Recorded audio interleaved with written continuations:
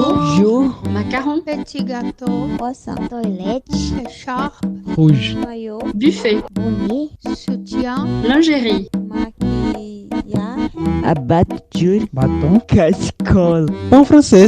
votre goûter parfumé à la langue française. Quand les hommes sont morts, ils entrent dans l'histoire. Quand les statues sont mortes, elles entrent dans l'art. Cette botanique de la mort, c'est ce que nous appelons la culture.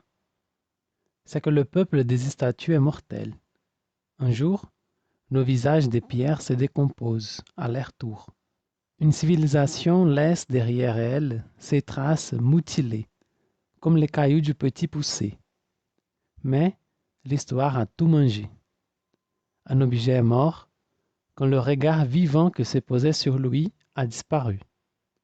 Et quand nous aurons disparu, nos objets iront là où nous envoyons ceux des nègres, au musée. C'est avec cet extrait du film Les statues meurent aussi, réalisé par Alain Resnais, Chris Marker et Grislan Cloquet, qu'on commencera notre discussion d'aujourd'hui. Et pour nous aider, nous avons le plaisir de recevoir Lucas Mendes Menezes.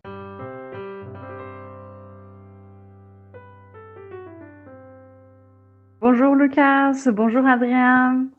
Notre troisième épisode, n'est-ce pas, d'entretien. Et c'est un honneur énorme pour nous de te recevoir maintenant, de t'écouter. Et bon, je vais le présenter. Alors, Lucas, il est docteur en histoire de l'art à Paris 1. Il est éducateur, il est historien et curateur indépendant. Lucas Mendes Menezes, il est né et élevé à Barreiro, un banlieue de la ville de Belo Horizonte. Il est membre du comité de gestion du réseau des éducateurs des musées de Minas Gerais et depuis 2019, il est éducateur dans le musée Casa Kubitschek et professeur au collège public de l'État de Minas Gerais. Bonjour Adrien, bonjour Louise. C'est un plaisir d'être ici avec vous. Je suis déjà un fan. J'ai déjà écouté toutes les émissions d'avant et c'est un plaisir. Je suis très content d'être là avec vous. C'est parfait. Salut tout le monde. Soyez les bienvenus à notre nouvelle émission. Et comme d'habitude, c'est un grand plaisir d'être ici avec vous. Et bon, Lucas, Louisa t'a très bien présenté, je pense, pour ton CV incroyable même, hein? Beaucoup de choses que tu as déjà fait. Mais on a fait une énorme coupure parce qu'il est énorme, hein, Lucas. C'est une personne avec beaucoup d'expérience, avec beaucoup de travail, incroyable. Oui, quand tu m'as envoyé les infos personnelles pour qu'on puisse mettre dans ces moments de présentation, il y avait tellement de choses que j'ai dit non, on va faire une émission seulement avec les CV de Lucas.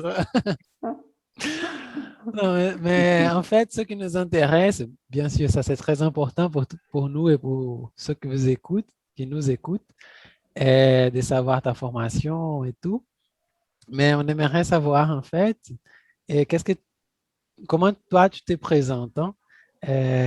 Qui es-tu à la queue de la boulangerie? Ouais, j'adore. C'est toujours un exercice très intéressant de se présenter, de choisir des éléments pour.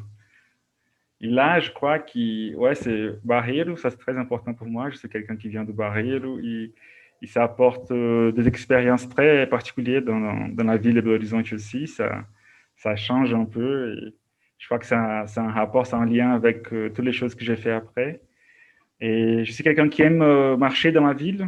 Je marche tout le temps. J'adore me balader dans la ville à Belo Horizonte, mais aussi voyager. Et c'est ça que je fais. Et en vélo aussi. J'adore faire de vélo et je suis un peu partout en vélo. Et je m'intéresse je suis toujours intéressé par l'histoire des autres, l'histoire des objets.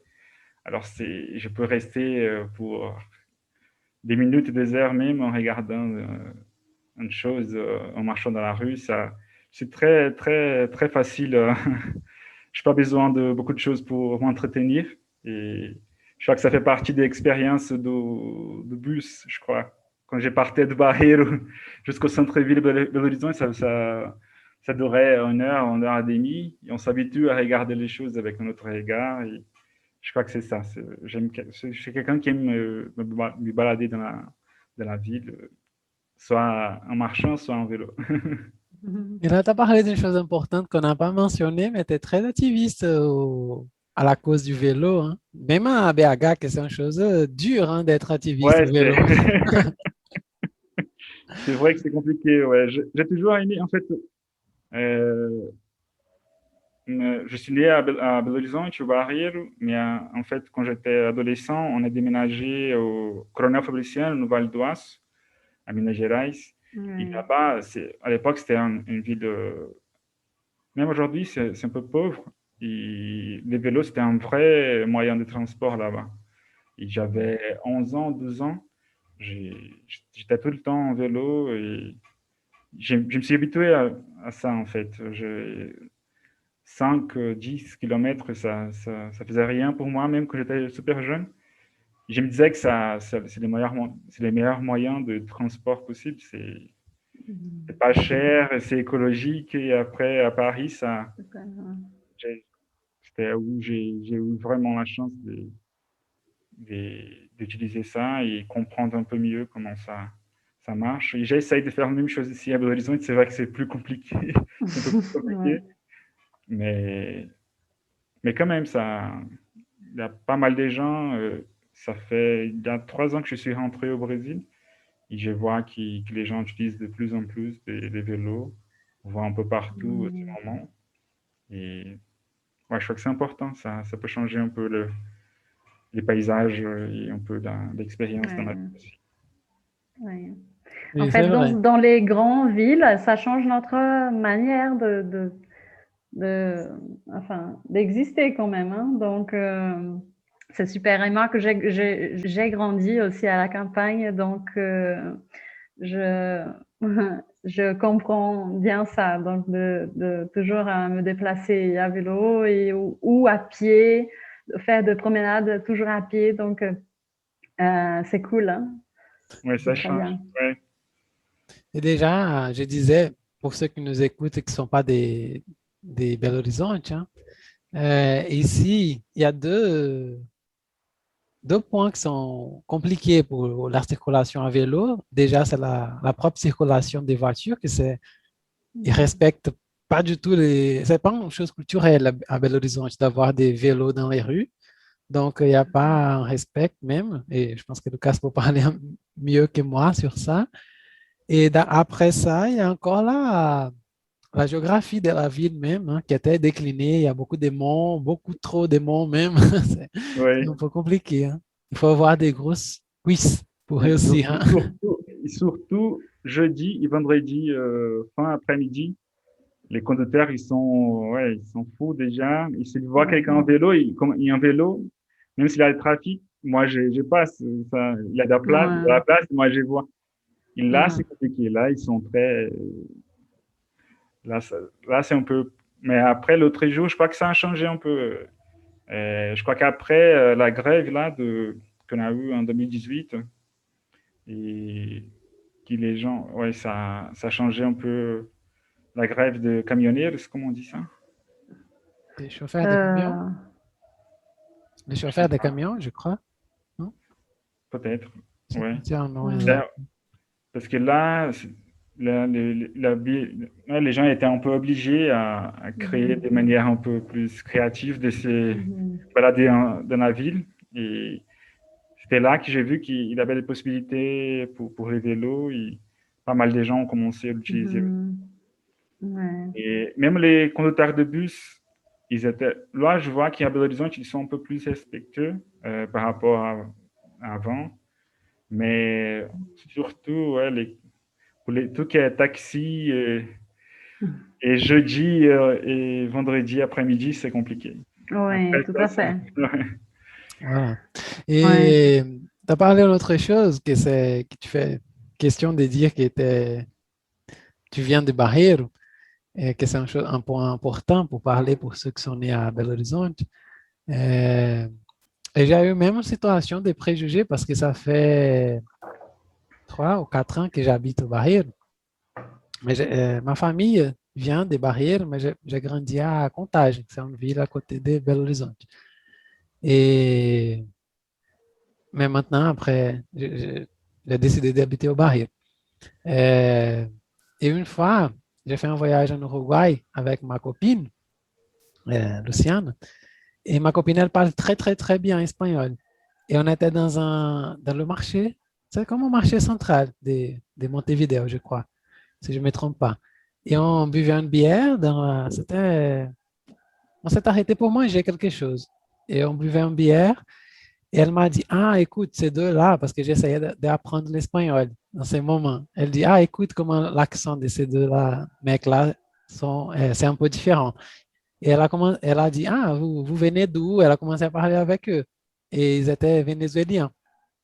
Et donc, elle commençait à parler et tout ça. Elle a dit qu'elle était brésilienne. Et il y avait un couple de personnes plus âgées. Et ils ont écouté qu'elle était brésilienne et ils ont demandé, ah, vous êtes brésilien, vous venez d'où? Et on a dit, ah, de Minas Gerais. Ils ont dit, ah, nous aussi. Où à Minas Gerais? Ils ont dit, ah, de Belo Horizonte. Ils ont dit, ah, nous aussi. Ils ont dit, mais d'où de Belo Horizonte? Et on a dit, ah, do Barreiro. Et la femme, ça a été bizarre, elle a complètement changé quand on a dit qu'on venait du Barreiro. On a dit, ah, on vient du Barreiro. Elle a dit, ah, elle a tourné la tête à l'autre côté. Elle a simplement arrêté de parler avec nous. Non, vraiment, elle a simplement arrêté de parler avec nous. Et en ce moment, on n'a pas compris que c'est... On a compris, hein, c'est du préjugé et tout ça. Mais le plus drôle, c'est que nous, on était des berbères qui venaient du Barreiro, hein, de la banlieue, mais on parlait espagnol avec les personnes qui parlaient espagnol. Et eux, ils venaient de la élite, entre beaucoup de guillemets, et ils ne parlaient pas espagnol, ils parlaient seulement portugais. Donc, on a dit, bon, on est de la banlieue, mais on parle des langues étrangères, hein, excusez-moi. Ouais, mais ouais, j'ai vécu ça, c'est sûr, parce qu'en lycée, j'étudiais déjà au Cefet, que c'était loin de chez moi. Et quand je disais que je venais de Barreiro, ouais, les collègues déjà, j'ai regardé un peu du côté comme ça. Mais c'était surtout en fac, à l'UFMIG, quand j'ai fait la licence, c'était un peu plus bizarre, je crois, parce qu'il n'y avait pas beaucoup de gens de Barreiro. Les moyens de transport pour y arriver, c'était un peu complètement bizarre. À l'époque, on devrait prendre 2 bus, mais des bus qui partaient des Contagem et qui passaient par les rodoviaires. C'était complètement fou comme parcours pour y aller. Moi, je prenais 2 heures, 2 heures et demie pour y arriver. C'était complètement bizarre. Il y avait même un collègue qui m'a dit que quand elle était enfant, sa mère disait quand elle faisait quelque chose de mauvais, sa mère disait qu'elle allait mettre dans un bus vers le Barreiro. Oh, ben non! Pour arrêter de faire ça, sinon je vais te mettre dans un bus pour aller au Barreiro.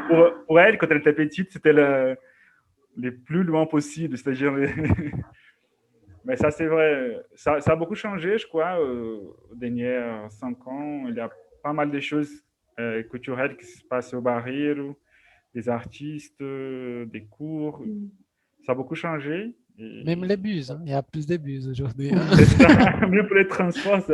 C'est vrai que les métros, il n'est pas encore arrivé, mais il faut toujours rêver. Il faut qu'on ait un rêve. Et si c'est le rêve, c'est le métro au Barreiro, ça va être très cool aussi.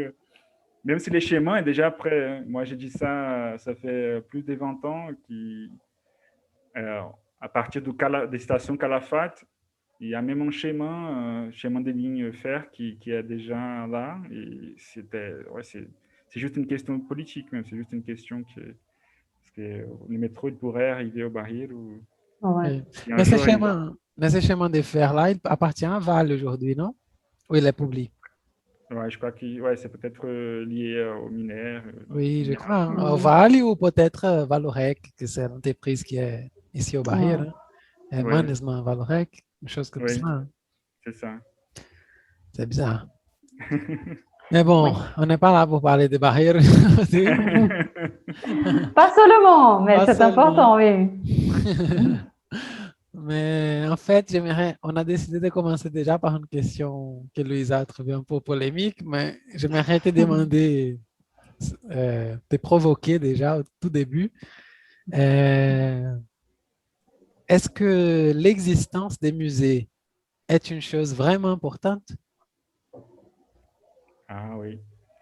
Ah, c'est cool ça. Ouais, je crois que là, cette question, elle est importante, pas seulement pour penser les musées, mais pour penser toutes les choses qui en tant que civilisation, ont déjà construit, en fait. Parce que, ouais, les musées, c'est une question de oui ou non, oui, c'est très important. Il faut qu'il y ait des musées un peu partout. Mais il faut qu'on s'interroge aussi sur on va dire, à quoi ça sert les musées, en fait. Parce que si les musées, il est là pour, on va dire, pour montrer et pour affirmer et dire des choses qui collent pas avec la réalité des gens, qui collent pas avec la vie en société, c'est un peu mort. Si les musées sont là juste pour mettre les choses du passé, pour juste pour faire une sorte de paysage du passé, un récit très fermé et très carré sur comme les choses se sont passées au passé, ça, je vois pas une utilité. Il faut que les musées, c'est comme ça aussi que je vois l'histoire. Il faut que les musées, l'histoire, il faut qu'on se rende compte que c'est quelque chose qui est fait et qui est expérimenté au présent, au temps présent. Alors il faut qu'il soit utile pour provoquer des discussions, euh, pour mettre les gens un peu plus attentifs au fait que les choses, que la vie en société, que les choses qu'on partage en tant que ville, État, expérience nationale, sont des choses construites, qui c'est pas naturel. Il faut que s'interroge sur les naissances, sur la naissance des choses, sur les schémas que les choses ont pris, les décisions qui ont été prises par les gens qui sont arrivés avant nous. Et je crois que l'utilité des musées aujourd'hui, l'importance des musées, c'est lié à ça, c'est d'aider les gens, de provoquer un peu les questions sur les choix qu'on fait, les choix ont été déjà faits au passé, mais les choix qu'on peut faire à partir de maintenant. Je crois qu'il y a un lien très fort avec les présents. Il faut jamais que les musées soient interprétés ou vus comme quelque chose qui est complètement lié au passé, comme une chose qui est déjà morte ou mise un peu à côté, mais quelque chose qui s'est fait présent. Je crois que c'est pour ça que je vois que les musées sont très importants et j'ai continué à croire à ça, même si l'expérience vécue, même si on va dans des musées et on voit toujours un peu les mêmes récits, on voit un peu l'imaginaire, quand on parle des musées, l'imaginaire colonial, l'imaginaire des métropoles, qui est encore très fort. Mais quand on voit aux dernières 15, 10 ans, ça a beaucoup changé. On voit des expositions qui apportent un nouveau regard, de nouvelles approches, de nouvelles perspectives sur notre histoire. Et je crois qu'il y a encore beaucoup de choses à faire.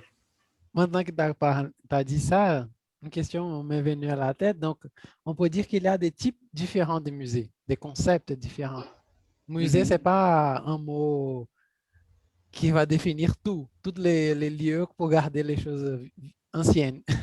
Oui, c'est ça. Là, on peut dire qu'à ces moments-là, on a des institutions qui se dédient à ça, à réfléchir et essayer de créer une définition sur les musées. Il y a même les ICON, qui c'est l'Institut international des musées, cette année-là, ils ont fait un appel public pour une nouvelle définition des musées. C'est-à-dire que les gens de tous les pays pourraient offrir et montrer des définitions possibles pour les musées. C'est quelque chose qui est toujours en construction. C'est pas prêt.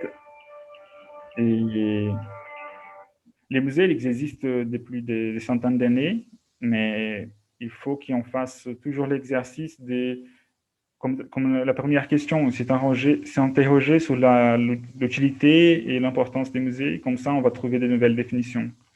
Moi, je ne suis pas satisfait de la définition que les institutions donnent aujourd'hui.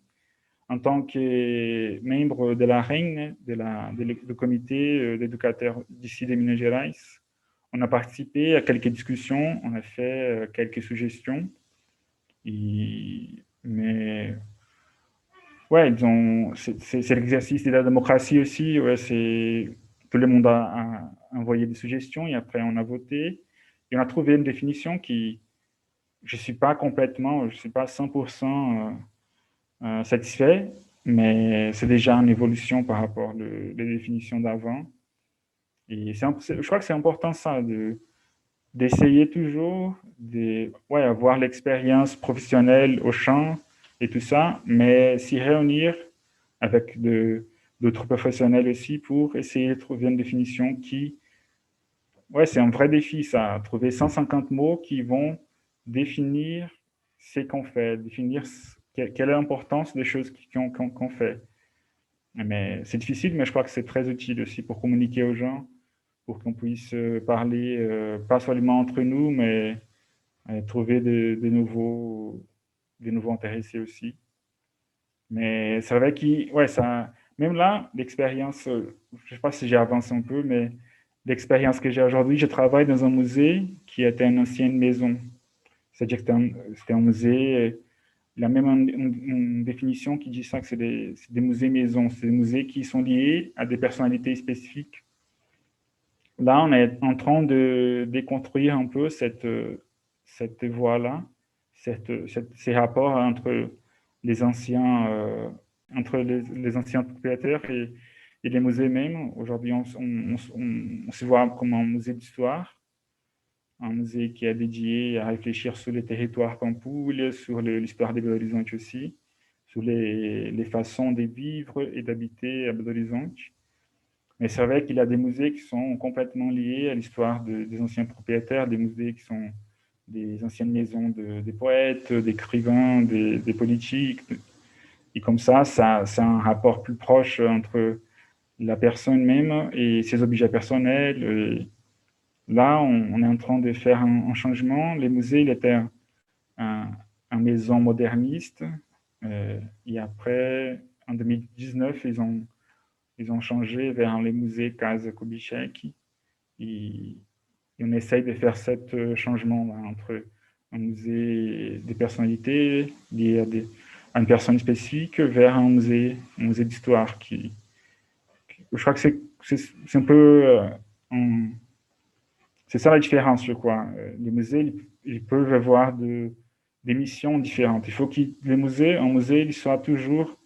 il faut qu'il fasse toujours une mission très claire de ses objectifs, quelles sont les potentialités de sa collection.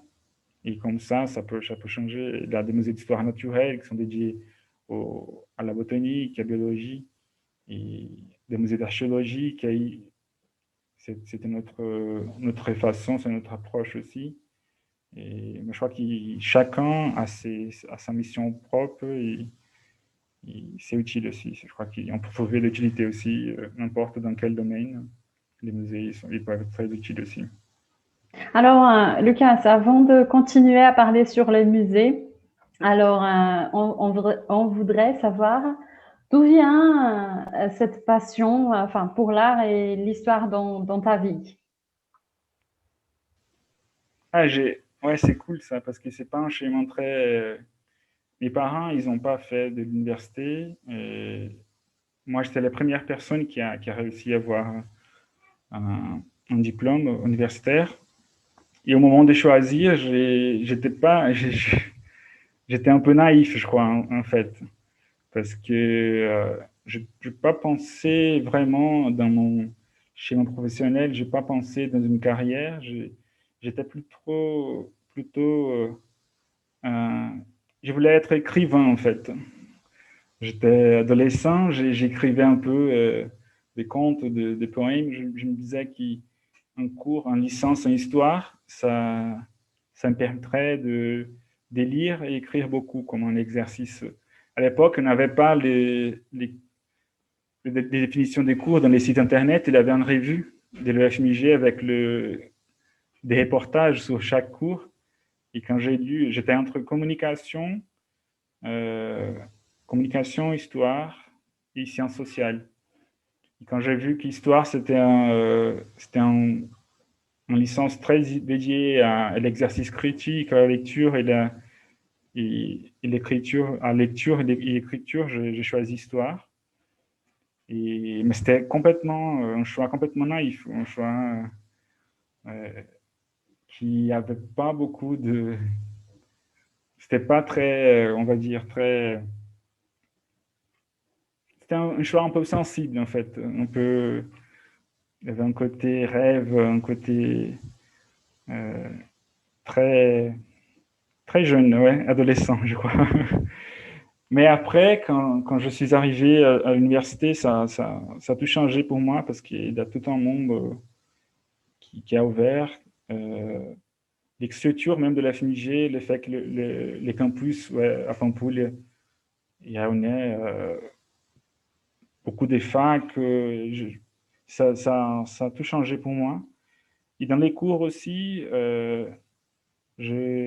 dans les premiers semestres, on a eu un cours d'histoire de l'art. Et je me suis dit que ça me semblait intéressant, cette façon de rencontrer, de voir les œuvres d'art, les objets artistiques en tant que source, en tant que manière de lire un peu les sociétés du passé. Mais en fait, j'ai choisi l'art après devenir bolsiste d'initiation scientifique, dans un projet dédié à comprendre la profession des photographes à Belo Horizonte à partir des années 70. C'était un projet qui était financé par la FAPEMIG. Il était développé par la professeure Maria-Elisa Linhares Borges. Et le but, c'était de comprendre la formation de photographes professionnels à Belo Horizonte et quel était le champ de travail, quels sont les moyens d'expression de la photo dans le domaine du photojournalisme, mais aussi artistique, expérimental. Et c'était comme ça que je me suis dit, ouais, là vraiment, je vois qu'il a un schéma possible. Les rapports art, histoire, ça m'intéressait beaucoup. C'était un peu... Ça a commencé comme ça et en fait, c'était très curieux parce que dans les cours d'histoire de l'art, c'est un cours de 3-4 mois et on voyait un peu toute l'histoire, on va dire.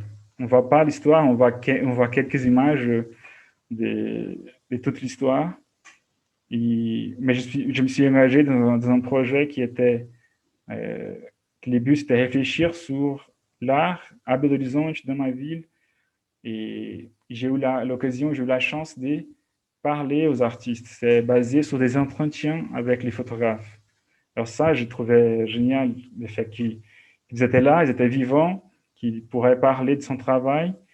Moi, en tant que chercheur, je n'allais pas seulement regarder des sources anciennes, des lettres ou d'autres choses du passé, mais j'avais l'occasion, j'avais l'opportunité de parler directement, de poser des questions, de moi-même construire un peu les sources. C'est-à-dire que c'était un pouvoir que j'ai trouvé, je voyais un rapport très clair entre faire ça et écrire aussi, écrire quelque chose ensemble, écrire avec l'oralité, c'est-à-dire que quand on partage un moment comme ça, on est en train de faire quelque chose ensemble, les récits écrits, ok, c'est quelque chose qui est important, mais quand on fait ça oralement, quand on fait ça en provoquant les gens, en posant des questions, je crois que c'est très intéressant parce que ça peut ouvrir les choses qui n'étaient pas entendues, on peut parler des choses qui n'ont été jamais dites avant. J'ai trouvé ça génial. Et en parlant avec les photographes, j'ai découvert un autre monde aussi, le monde des arts, parce qu'ils avaient beaucoup de références. C'était des hommes et des femmes qui avaient entre 50, 60, 70 ans. Ils avaient beaucoup de références, ils parlaient des cinéastes, des artistes, des photographes.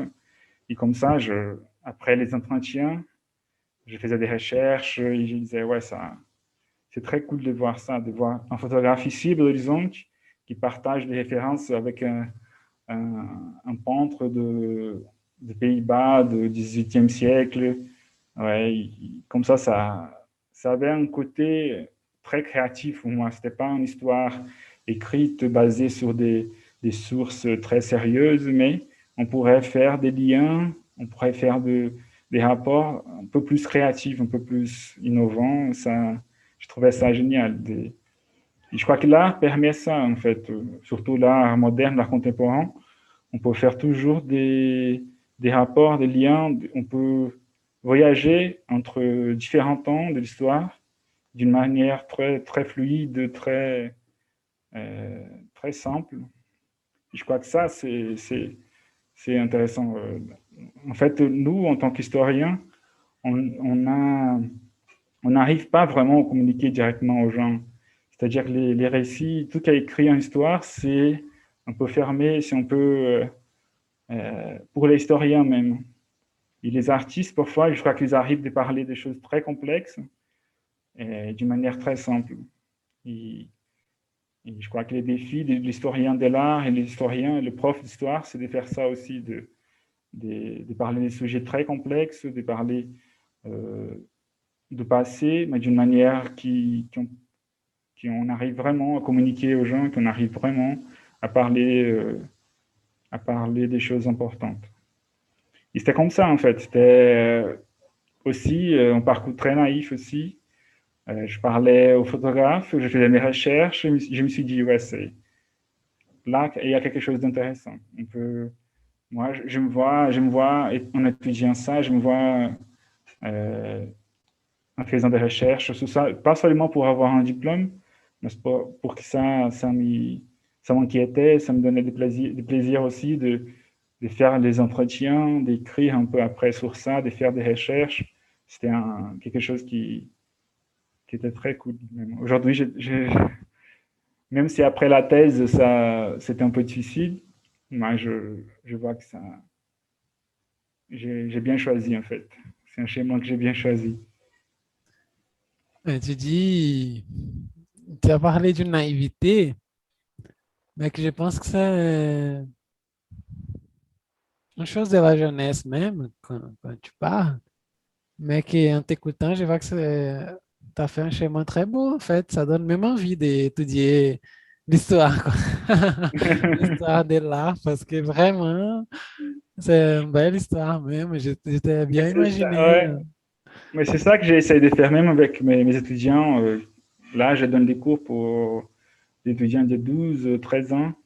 Et j'essaie de montrer ça, que l'histoire, c'est pas une collection de tous les faits passés. L'histoire de l'art, c'est pas une collection de tous les peintres, les sculptures du passé, mais qu'on peut faire toujours un schéma.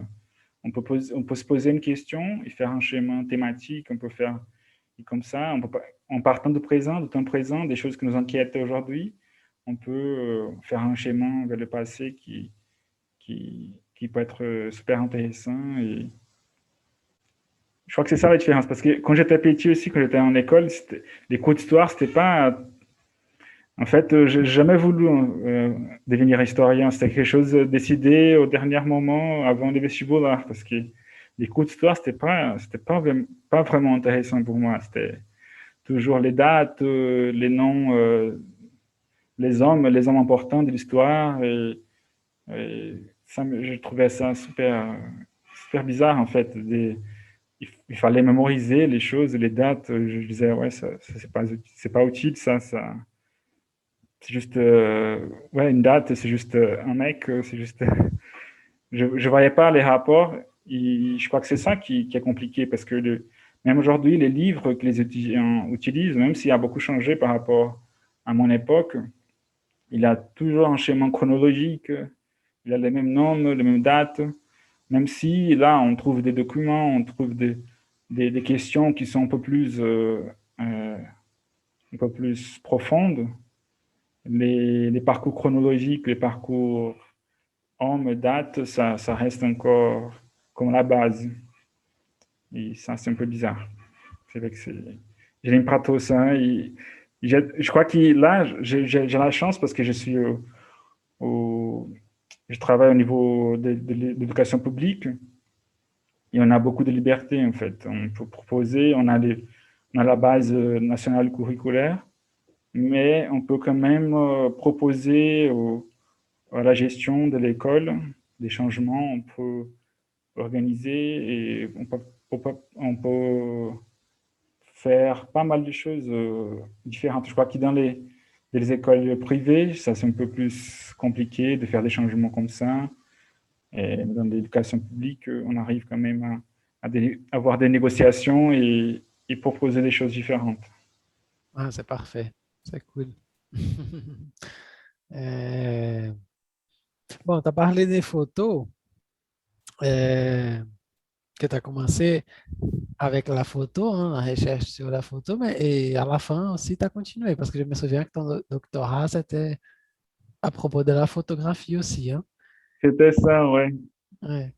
C'était une rencontre un peu par hasard avec la photo. C'était, comme j'ai dit, c'était un prof qui organisait une recherche. Moi, à l'époque, j'étais au premier semestre. Je ne savais même pas comment faire des recherches en histoire. C'était tous les débuts pour moi. Mais après, ça a continué, en fait. J'ai trouvé, entre les photographes qu'on a fait des entretiens, il y avait un spécial s'appelait, malheureusement, il est mort en 2014, Wilson Baptiste. Il était un peu plus âgé que les autres. Il faisait partie d'une génération, il est né en 1913. C'était lui le photographe qui faisait de photos au parc municipal? Il a fait en tant que professionnel, vous dites? Oui. Ah non, je crois qu'il avait un autre Wilson là-bas, mais c'est pas Wilson Baptiste, mais il avait un photographe. J'ai l'impression qu'il faisait des photographies d'ambi au parc municipal. Non, lui, c'était quelqu'un qui était un avocat de formation. Il a fait de la photo un peu en tant qu'amateur.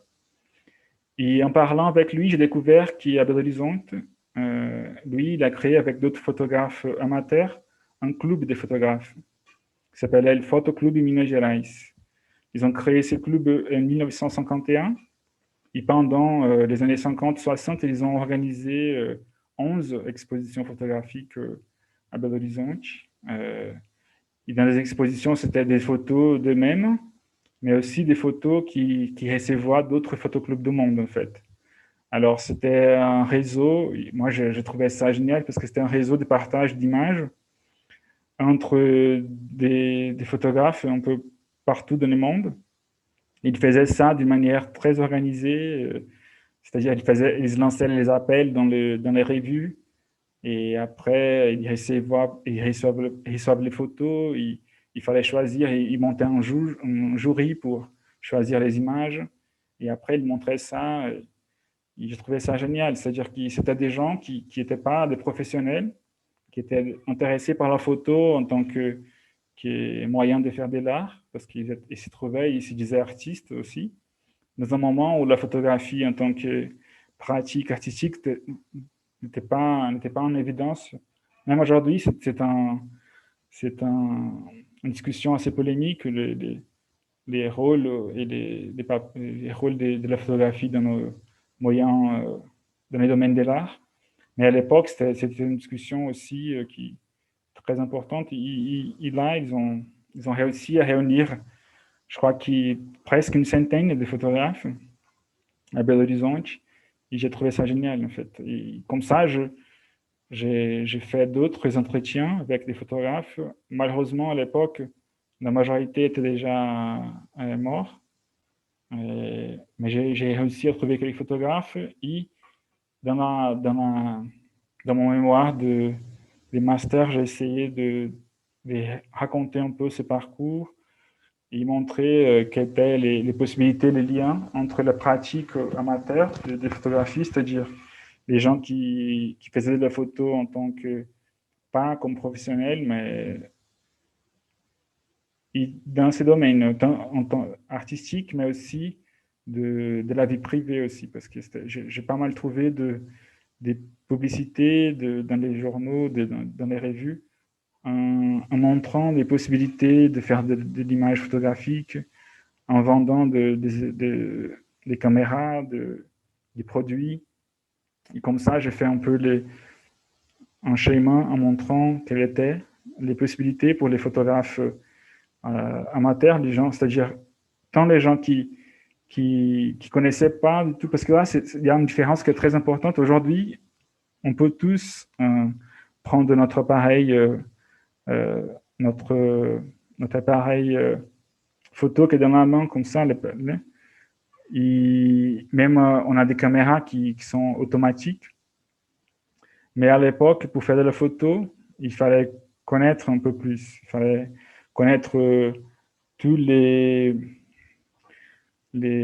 réglages par rapport à la vitesse d'obturateur, la ouverture aussi, et connaître aussi les possibilités de développer l'image aussi en papier.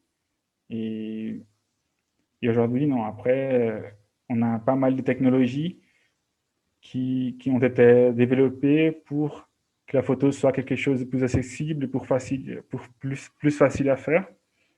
Et j'ai essayé de montrer ça aussi. En fait, le mémoire était dédié à réfléchir sur les rôles des photographes amateurs à Belo Horizonte après entre les années 40 et les années 60, en parlant de ces groupes qui étaient des artistes, mais aussi en montrant qu'il avait aussi des possibilités pour les gens qui connaissaient rien en photo, mais qui pouvaient faire aussi des images.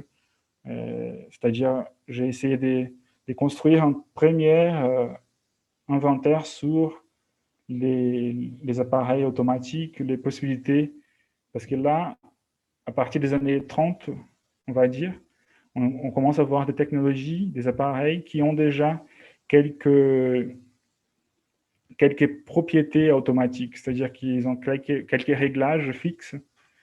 Et quelqu'un qui connaissait rien en photo pourrait faire des images aussi. Et après, développer des images dans un magasin photographique. Mais aux années 50 et 60, j'ai vu que la technologie elle était déjà un peu plus développée et on avait même des appareils qui étaient complètement automatiques, qui faisaient la lecture de la lumière et il avait des données très claires sur la vitesse et l'obturateur et les images étaient déjà... C'était facile à faire. C'était comme ça. Hein.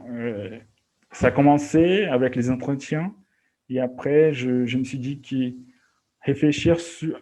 Là, c'était une question qui partait de présent aussi parce que je voyais la photo, je voyais là, c'était 2008, 2009. On avait déjà un rapport avec la photo numérique qui faisait d'une sorte que tout le monde pourrait prendre des photos. Les photos étaient un peu partout.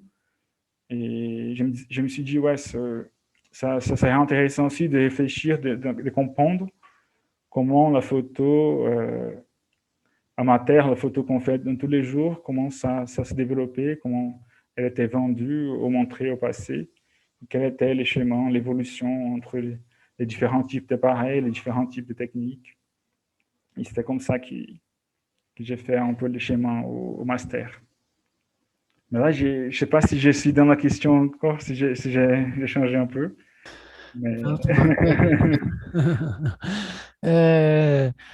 Mais comment dans tout ça, cette chose des photos et tout, comment tu es arrivé au musée après? C'est une exposition des photos ou quoi? Ouais, là, en fait, c'est grâce à photo, mais dans un schéma aussi très, très particulier parce que là, en 2008, je crois qu'il a à l'université, l'FMIG a fait un partenariat avec Paris 1, l'université Paris 1 Panthéon-Sorbonne à Paris. Et j'ai découvert qu'il y avait un prof là-bas, dans le département d'histoire de l'art, qui se dédiait à l'histoire de la photographie en tant que champ de recherche. J'ai trouvé ça génial parce que j'étais en train d'étudier un peu la photographie partout. Il n'avait rien, au Brésil, n'avait pas un prof en département qui avait des cours complètement dédiés à l'histoire de la photo. Et je me suis dit que ça serait intéressant d'aller à Paris et faire des cours avec ces profs et après revenir ici. C'est-à-dire que j'avais pas mal de références. J'ai essayé de faire un peu des collections de références sur l'histoire de la photo. Mais l'idée, la possibilité de voir un cours avec un prof qui se dit ça en tant que champ de recherche, ça pourrait être intéressant. Et c'est comme ça que j'ai fait c'était une sélection qui le FMG a fait. Et c'était la première fois qu'ils ont fait un partenariat avec Paris 1. Et j'ai réussi à avoir une expérience. C'était 6 mois de là-bas à Paris. Mais c'était un peu compliqué, en fait, parce que là, c'est sûr, vous le savez bien, la France, ils adorent les lettres de motivation. Et quand j'ai eu la, comment on dit ça? Après Quand tu as réussi la bourse? C'est ça, quand j'ai réussi la bourse, ils m'ont demandé d'écrire une lettre de motivation en disant quels étaient mes projets, quelles étaient les choses que je voulais faire à Paris. Et en fait, je faisais une licence en histoire. J'étais censé faire les 6 mois aussi dans le département d'histoire à Paris 1, parce qu'ils ont un département d'histoire aussi, histoire, géographie, philosophie, politique, histoire de l'art et archéologie. J'ai fait une lettre de motivation en disant, en parlant de mon parcours en tant que chercheur dans le domaine de l'histoire de la photo, de l'histoire de l'art et tout ça. Alors, ils m'ont refusé la place. Ils ont dit, ouais, là, si vous faites une licence en histoire, là, au département d'histoire, on n'a pas des profs qui peuvent vous aider. Alors, il faudrait mieux essayer de trouver une place au département d'histoire de l'art. Comme ça, ils m'ont refusé la place en histoire. Mais j'ai réussi, et après j'ai essayé, j'ai envoyé une lettre de motivation au département d'histoire de l'art, et ils ont dit oui. Et ça c'est quelque chose de très simple, qui est lié à la bureaucratie française, mais qui m'a complètement changé l'expérience là-bas, parce qu'en fait, les gens qui faisaient des licences en histoire de l'art, art, design, ou des cours comme ça, liés au art plastique, au art appliqué, pour eux, l'entrée au musée est très gratuite. C'est-à-dire que les gens qui faisaient la licence en histoire, ils avaient l'entrée gratuite juste au musée d'histoire. Mais les gens qui faisaient une licence en histoire de l'art, tous les musées d'art, ils étaient gratuits. Alors ça, pour moi, c'est comme ça que ma relation avec les musées a évolué. Parce que comme les musées étaient gratuits, moi, je n'avais pas d'argent. C'était vraiment compliqué à l'époque, mais on a réussi quand même. J'ai réussi quand même à garder un peu de l'argent, mais c'était vraiment très peu. Et comme ça, les musées, ils étaient gratuits pour moi. Alors, je faisais les cours le matin.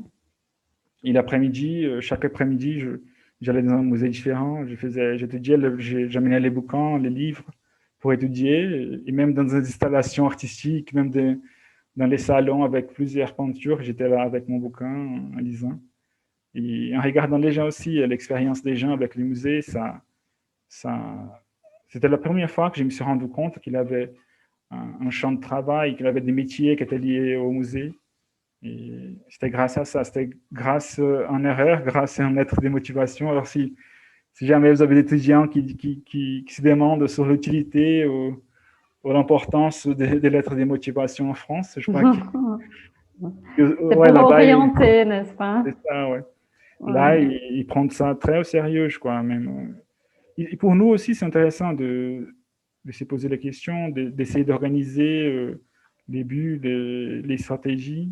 Et j'ai de la chance. Juste, ils m'ont refusé la place en histoire, mais après, avec l'histoire de l'art, j'ai eu l'occasion de connaître les champs de musée. Et c'est comme ça que tout a commencé, en fait. c'est pas demander, dire à mes élèves, c'est dire à moi-même parce que ça fait longtemps que j'apprends à mes élèves et moi-même, je le fais. Hein. N'importe quoi qu'on va essayer en français, il faut écrire une lettre de motivation. Hein. Et toujours, je me demandais pourquoi cette bureaucratie et tout ça, mais je ne savais pas cet autre côté-là parce que j'ai jamais eu cette. Ça a été parfaite la réponse, en fait, Oui, qu'ils t'ont c'est donné. ça. Parce que ce n'est pas à Ouais, dire seulement non. Ils t'ont dit non, mais je te conseille d'envoyer cette lettre à cette école-là parce que c'est plus adapté. C'est parfait, en fait. Hein. c'est ça, oui. Donc, il faut toujours être sincère, n'est-ce pas, dans la lettre de motivation, en fait, C'est parce que ça, ouais. sinon... Parfois, on essaye d'être stratégique, tout ça, mais ouais, il faut Ouais. mieux dire la vérité et après, les schémas, ils vont souffrir, je crois. Je crois un peu à ça aussi maintenant. Après plusieurs schémas un peu bizarres, beaucoup d'hasard et tout ça, je pense comme ça aujourd'hui. C'est des Ouais. schémas. Ouais. Alors, Lucas, et le métier là-bas avec les musées, comment ça marche? Ouais, en France, c'est intéressant parce que je crois que c'est les pays qui a plus, par rapport à la quantité des musées, c'est les pays où on trouve euh, des musées un peu partout. Les musées, ils sont très importants là-bas. C'est quelque chose que déjà, on va dire, dans les côtés citoyens, je crois que la France, les Français, ils voient les musées en tant que patrimoine culturel. Et ça, c'est quelque chose que déjà, on va dire, solide, très clair, qui fait partie de la République française, des idéologies là-bas. Et ouais, de ce côté-là, c'est clair pour moi. Les musées, ils sont très importants. Mais par contre, ils ont aussi des structures d'organisation aussi qui, je sais pas, qui sont pas très innovantes non plus. Euh, C'est-à-dire qu'ils, ouais, c'est cool, c'est très bien, ils ont beaucoup de musées et ils valorisent, et c'est quelque chose qui fait partie du patrimoine national, ça c'est clair, mais à part la manière, je crois que les rapports qu'ils gardent, surtout l'éducation, surtout la médiation culturelle, l'éducation, je crois qu'ils sont un peu euh, retardés, ils sont un peu derrière l'expérience qu'on a ici au Brésil, par exemple. Alors, d'un côté, tout ce qui est les côtés citoyens, l'importance politique des musées, je crois que la France, elle a la référence. Je crois qu'il n'y a aucun pays au monde qui garde les musées en tant que patrimoine, en tant que valeur comme la France. Mais les rapports, la manière de parler, de comprendre, communiquer les musées, je crois qu'ils sont un peu, j'ai oublié le mot, mais c'est un peu plus conservateur, ils sont un peu plus, il manque un peu de l'innovation, je crois c'est ça en fait. Oui, et je peux imaginer même qu'il y a beaucoup de choses très complexes. Bon, c'est pas exactement une question, mais une, Mhm. une question qui me vient à la tête. C'est parce que en France et aussi en Angleterre, aussi, je sais que bon, dans les grandes villes où il y a des grands musées qui sont super reconnus, en fait, les musées, ils sont faits avec d'objets qui ont été volés en fait. Hein. Donc et là, c'est super compliqué, non? Donc c'est, j'imagine, le côté du manque d'innovation, mais en fait aussi, je sais pas comment dire ça, mais Cette mentalité coloniale encore, je crois, justement, ouais. ça, ouais. Ils ont pas, c'est sûr qu'il y a des mouvements, qu'il y a des changements là qui sont en train d'être faits, mais c'est ça, ils voient pas on va dire, les problèmes. Je crois qu'il manque un peu de critiques quand ils vont parler d'une collection comme ça, que c'est une collection volée parfois. Quand on parle des musées d'histoire ou des musées d'anthropologie, d'ethnographie, c'est surtout des collections volées. Et, et là, la discussion, elle est très importante. Si on ne parle pas de ça, si on dit ça, si on dit pas ça, si on on essaye de créer des projets pour rendre ces objets au pays d'origine, si on n'essaye pas de faire des partenariats entre ces pays, de faire que cette collection puisse voyager dans d'autres pays aussi, que cette critique soit vraiment développée en tant que champ de recherche aussi, c'est un peu... ça apporte rien en fait, ça vient juste pour confirmer l'expérience coloniale comme une sorte de réussite et pas des défaites, parce que c'est ça, c'est comme des objets des guerres, tu mets là juste pour montrer que tu as réussi, que tu as gagné la bataille en fait, et pas d'objets qui parlent d'une expérience qui était très, très compliquée et très dure et très... Je crois que c'est ça le problème en fait. Ouais.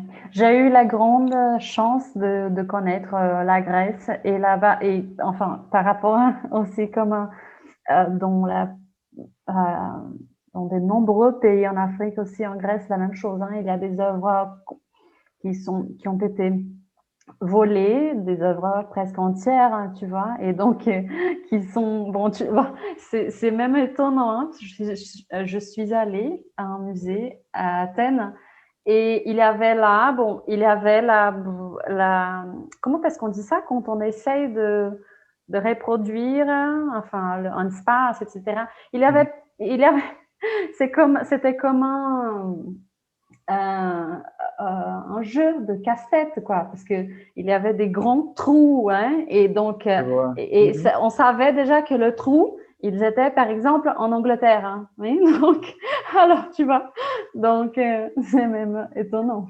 Oui, ça vient juste pour, quand je vois les musées comme ça, qui montrent des collections qui n'ont pas vraiment une critique un peu plus approfondie sur ces sujets, c'est une double violence, en fait, parce que là, la mémoire de la violence, elle n'est pas critiquée, l'expérience coloniale en tant qu'une expérience très, très violente et très... et après, aussi, quand on organise des expos, les conservateurs, les curateurs, ils vont choisir des schémas critiques, les schémas d'interprétation qui ne vont pas réfléchir sur ça non plus. C'est-à-dire, là, quand on voit, par exemple, les collections qui ont été volées dans cette époque-là, ils vont être dans les musées d'archéologie, des musées d'ethnographie. Ils ne vont jamais réussir à être présents dans un musée d'art, par exemple. Alors, c'est des objets, c'est des artefacts, c'est des objets anthropologiques, mais ce n'est pas d'œuvres d'art. Mais parfois, des objets, à l'époque de Léonard da Vinci, on a des objets qui sont dans un musée on a des peintures de Da Vinci au XVIe siècle. Et à la même époque, on a pas mal des objets artistiques qui ont été produits en Afrique, en Amérique aussi, qui sont exposés, qui sont montrés en tant qu'artefacts, en tant que... Et c'est ça, c'est une double violence aussi, parce que même aujourd'hui, on ne reconnaît pas la place artistique de ces objets, on ne reconnaît pas certaines figures majeures en tant qu'artistes, on essaye toujours de trouver, et ça, parfois c'est subtil aussi, parfois ils vont trouver des mots qui vont mettre un peu, qui vont basser un peu la valeur de ces artistes, et c'est toujours l'artiste européen, c'est toujours l'expérience européenne qui est la référence. Là, je trouve que c'est compliqué aussi, parce que c'est ça, c'est une relation avec les objets qui n'est pas du tout... ils n'ont pas trouvé des solutions pour ça encore, pas de solution pour ça, mais après aussi, c'est qu'on fait dans des expositions aujourd'hui non plus. Ça. Il faut que cet apport, cet regard décolonial aussi, que ça arrive dans les musées, pas seulement ici en Amérique, mais que ça arrive en Europe aussi, en Afrique, et que ça, parce que c'est la façon critique, c'est les moyens de montrer que l'expérience coloniale elle n'était pas juste une relation métropole-colonie, qu'on a d'autres moyens, on a d'autres perspectives possibles d'analyse aussi. Oui, c'est vrai. Hein? Cette question, elle est... En fait, j'ai beaucoup aimé ce que Louisa elle a dit. La solution des Grecs qu'ils ont trouvé, que c'est reconstruire le scénario en laissant le trou. Je pense que l'idée de laisser le trou, elle est très importante parce qu'on va voir qu'est-ce que les Européens ils ont causé, un trou dans l'humanité même. Hein. Donc, je ne vais pas faire semblant que rien s'est marché. Je laisse le trou. Tout le monde qui va venir ici, il va avoir un trou. Hein. Il ne va avoir pas un objet, il va avoir un manque de quelque chose. Hein. C'est sûr, ça c'est un choix. On pourrait, la personne les musées qui a fait ça, ils ont un peu essayé de reconstituer toute la scène et remplir les trous avec des copies. Mais quand on met en valeur l'absence, quand on met en valeur des choses qui n'est pas là, on met en évidence aussi la violence, la manque et tout ça. Je crois que c'est un choix.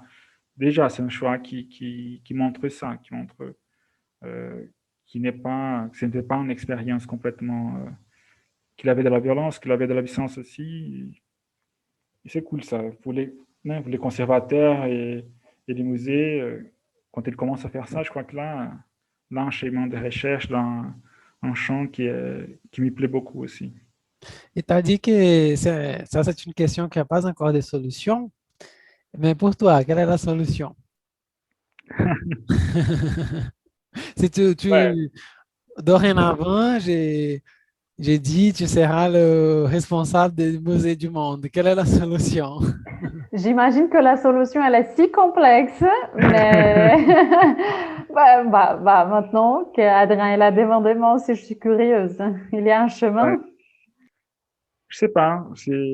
On pourrait peut-être commencer par l'écoute aussi. Je crois que la relation entre les musées et les communautés, les musées et les espaces de la ville aussi, il faut que les musées aussi soient capables de recevoir et de comprendre un peu la demande de la population aussi. Alors, c'est les pays qui ont des collections qui ont été volées comme ça, qui aujourd'hui font partie des grands musées à Paris, à Londres, en Autriche aussi, à Vienne, il y a beaucoup des objets aussi qui ont été volés. Je crois on peut essayer de trouver un mi-terme, quelque chose qui est entre les schémas. Je crois que rendre la collection complète au pays, c'est impossible. Je crois qu'aucun pays va faire ça. Mais on peut créer des partenariats, des liens. On peut financer des recherches dans des pays. On peut amener quelques objets. On peut essayer de créer des espaces de formation aussi autour d'histoire de l'art, d'histoire matérielle aussi. C'est-à-dire que c'est lié aux objets. Je crois que moi, en tant que responsable de cette gestion-là, j'allais au premier moment écouter les communautés, comprendre un peu les processus et après essayer de faire des liens en fait. Pas insister. Je crois que quand je dis ça, quand j'insiste sur la mise en valeur de la violence, je crois que ça c'est important en tant qu'historien aussi parce qu'on n'arrive pas à relativiser la colonisation en tant qu'une expérience parce qu'il y a quelques personnes qui vont même romantiser un peu cette expérience quand on parle même au Brésil, quand on parle de la langue portugaise, des rencontres entre les Portugais et les populations ancestrales, il y a des gens qui vont parler de ça comme une rencontre lyrique, quelque chose qui a créé, qui était la base de notre nationalité brésilienne. Mais je crois que ça, c'est dangereux en fait, parce qu'on va cacher les processus qui étaient très violents, qui étaient très sévères envers des populations qui même aujourd'hui, ils ont du mal à survivre et être représentés et être montrés en tant que Brésiliens aussi. Alors, c'est ça, j'insiste sur l'importance de démontrer ça, pas pour insister sur la violence actuelle, mais pour pas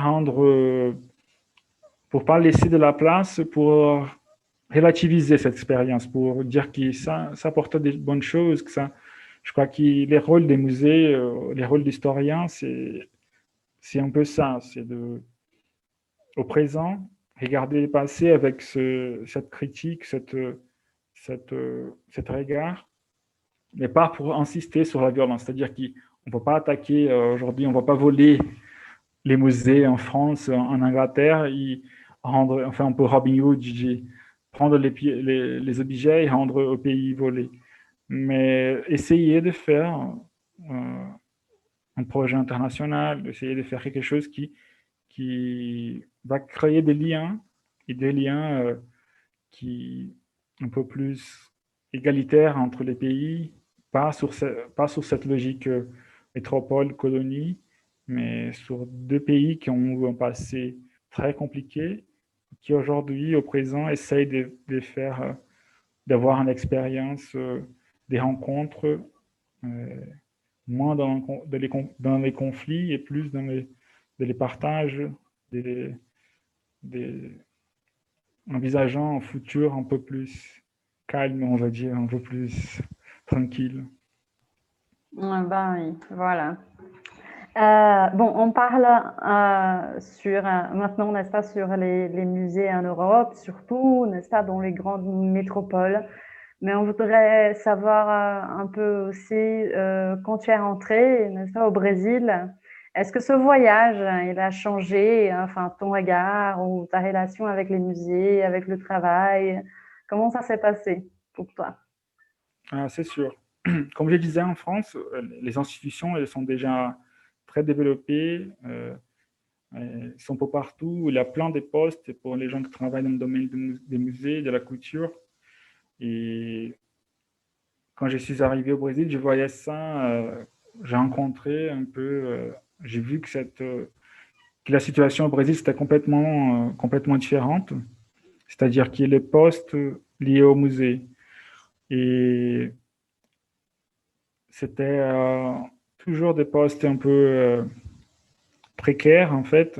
C'est-à-dire que si en France, on a une carrière, on a des concours, on passe des concours pour travailler au musée, on a plusieurs champs de travail en tant que chercheur, en tant que médiateur culturel aussi, on peut faire de la médiation culturelle, on peut être conservateur, on peut travailler dans le domaine de la muséologie aussi, réfléchir sur ces champs. Au Brésil, en fait, on a eu un concours pour les IBRAM, l'Instituto Brasileiro de Museus, en 2010. Ça fait 11 ans qu'on n'a plus de concours. La majorité des musées, ils ont des personnels qui sont des personnels temporaires, c'est-à-dire qu'ils ont des liens précaires avec l'institution, qui arrivent, parfois, ils n'arrivent pas à avoir un projet dans plusieurs ans. Et là, pour les musées, ça c'est très important. Les musées, là, quand ils construisent sa stratégie, ils pensent d'ici à 20 ans, d'ici à 30 ans. Si on n'a pas des gens qui travaillent dans l'institution, si on n'a pas des postes qui sont assurés, ça ne permet pas que les projets arrivent à se développer, en fait. C'est-à-dire que moi, de mon expérience, c'était ça. J'arrivais toujours dans un musée qui était en train de finir un projet, qui a eu des financements de 2-3 ans, et après, ça allait tout changer. C'est-à-dire, tous les personnels étaient changés, n'avaient pas un projet pédagogique, un projet muséologique qui était consistant, parce qu'il n'y avait personne qui pourrait faire ça, et on devrait toujours recommencer. C'est-à-dire que j'ai l'impression qu'au Brésil, on fait toujours ça. Les postes, ils sont pas assurés, ils sont pas là tout le temps. Quand on a des postes, c'est pour 1 an, 2 ans, et on arrive à faire un travail. Parfois, on arrive même à trouver des beaux travails dans les musées. C'est fou, comme je disais avant, en fait. Par exemple, dans le domaine de la médiation culturelle, je vois des projets, des travaux ici au Brésil qui sont beaucoup plus innovants par rapport à ce que je trouvais en France. Ça, c'est sûr pour moi. La France, ils sont très, on va dire, comme en essayant de trouver une explication, je crois comment ils voient les musées en tant qu'endroit citoyen, c'est-à-dire l'expérience dans les musées. C'est quelque chose qui fait partie de la citoyenneté française. L'expérience dans les musées, elle est très elle est un peu scolaire aussi, dans les sens scolaires un peu. C'est-à-dire qu'ils vont faire des visites guidées même. C'est-à-dire c'est quelqu'un qui est un prof qui va parler de la collection, de l'histoire des musées, qui va donner un cours. Alors parfois l'expérience dans l'espace, même les trajets que les élèves font pour y arriver au musée, ils sont complètement oubliés. Et là, ils vont donner un cours, ils vont parler de l'histoire française, ils vont parler de l'art français. Et ça, l'art français, et ça, au Brésil, par exemple, les meilleures expériences que j'ai trouvées, on voit un rapport très clair entre l'expérience de l'étudiant dans l'espace, entre l'art, histoire et patrimoine. On voit ça un peu plus mélangé, on voit une liaison entre plusieurs champs d'une manière un peu plus fluide, parce qu'il y a beaucoup de place pour l'expérimentation aussi, je crois. C'est comme mon travail à l'école aussi, je crois, on arrive à avoir un peu plus de liberté pour proposer des choses nouvelles. Et comme ça, on peut innover, on peut faire des choses différentes. Mais en France, non, c'est un peu plus difficile parce que je crois qu'il a ses côtés un peu traditionnels par rapport à l'expérience dans les musées. Et au Brésil, c'est un peu plus libre. Mais manque les côtés institutionnels, les côtés carrière. Ouais. Et c'est ça qui, dans la REIN, par exemple, dans les comités, dans les réseaux des éducateurs ici à Minas Gerais, on essaye de faire aussi, on essaye de construire un champ pour les gens qui s'intéressent, pour les métiers de la médiation culturelle, et créer des opportunités et créer des espaces pour la professionnalisation de ces champs aussi, parce que je crois que c'est très important, ça apporte pas mal pour l'expérience de l'étudiant, pour l'expérience du citoyen à Belo Horizonte aussi, c'est fondamental, je crois. Oui. Mais c'est drôle, mais en fait un peu triste, n'est-ce pas? Parce qu'il y a vraiment cette créativité, tout ça que tu viens de dire, mais en même temps c'est triste de voir par exemple le musée à Rio, n'est-ce pas? Le musée national.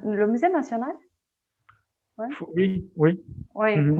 Et qui a été brûlé en fait par un accident, n'est-ce pas? Parce que le bâtiment, il n'était pas. C'est ça. Enfin, c'est étonnant, n'est-ce pas? Donc je me souviens de ça. C'est vraiment triste. On a eu une première vague, je crois, avec la création des Librins en 2010 et les concours, on a eu cette première vague d'organisation d'un côté un peu plus institutionnel pour les musées au Brésil. Mais après, avec tout ce qu'on a vécu ici, le Brésil a complètement changé à partir de 2015, 2016. On a eu un coup d'État, on a eu un président qui n'était pas légitime, qui voyait pas, qui a coupé la majorité des financements pour le domaine de la culture et les musées. Là, on a vu avec Temer, c'était fou parce que tout ce qui était IBRAN et IFAN aussi, que c'est l'Institut de patrimoine historique national. Avec Temer, on a vu par exemple que l'IFAN, il avait une importance très stratégique aussi par rapport les patrimoines naturels et historiques des villes anciennes. Par exemple, il y avait des projets, des constructions, des bâtiments gigantesques qui passaient pas dans les lois, parce que l'IFAN disait non, ce site-là, c'est un site historique, c'est un site archéologique. Alors, on ne peut pas construire des bâtiments comme ça, on ne peut pas faire Et avec les changements, on a eu des scandales, par exemple, qui montraient qu'il y avait des pressions, il y avait des politiques, d'hommes politiques qui voulaient changer ça. Ils voulaient un peu transformer, changer la loi pour permettre que des bâtiments, des choses comme ça pourraient être construites. Alors, dans le domaine de la culture, patrimoine, musée, à partir de ça, c'était un peu plus compliqué pour nous. On a eu la chance, entre 2010 et 2013, on a pas mal de projets, pas mal de financements. Mais à partir de ça, c'était vraiment une chute. Et on ne voit pas la fin, en fait, parce qu'on continue. Oui, ouais. on pense que c'est fini et après ça continue. C'est une chute infinie. C'est encore plus pire en fait, hein, chaque fois. C'est ça. On ne va pas de lumière en fait. Mais Parce que bon. la chute, on tombe, mais on a peur, on ne sait pas où on va s'arrêter, hein, parce qu'on n'arrête pas de tomber. Hein. C'est ça le problème. Ouais. C'est Bon. ça. Comme tu parlais de tout ça, de cette relation avec les musées en France, la différence de la relation que nous avons avec les musées en France et au musée au Brésil, au niveau même des politiques publiques et tout. À partir de tout cela, je commence à réfléchir dans un point et j'aimerais savoir quelle est ton opinion. En fait, j'ai pensé deux choses, deux nouvelles questions là qui sont venues à la tête. La première, c'est justement, quelle est la différence? Parce qu'on a déjà parlé des objets qui sont exposés en France. Il y a beaucoup d'objets volés avec un regard. Et tu as même dit une chose que je ne pensais pas, du regard même, du regard de ceux qui organisent l'exposition. C'est toujours un regard exotiser les choses. Ce n'est pas un regard artistique.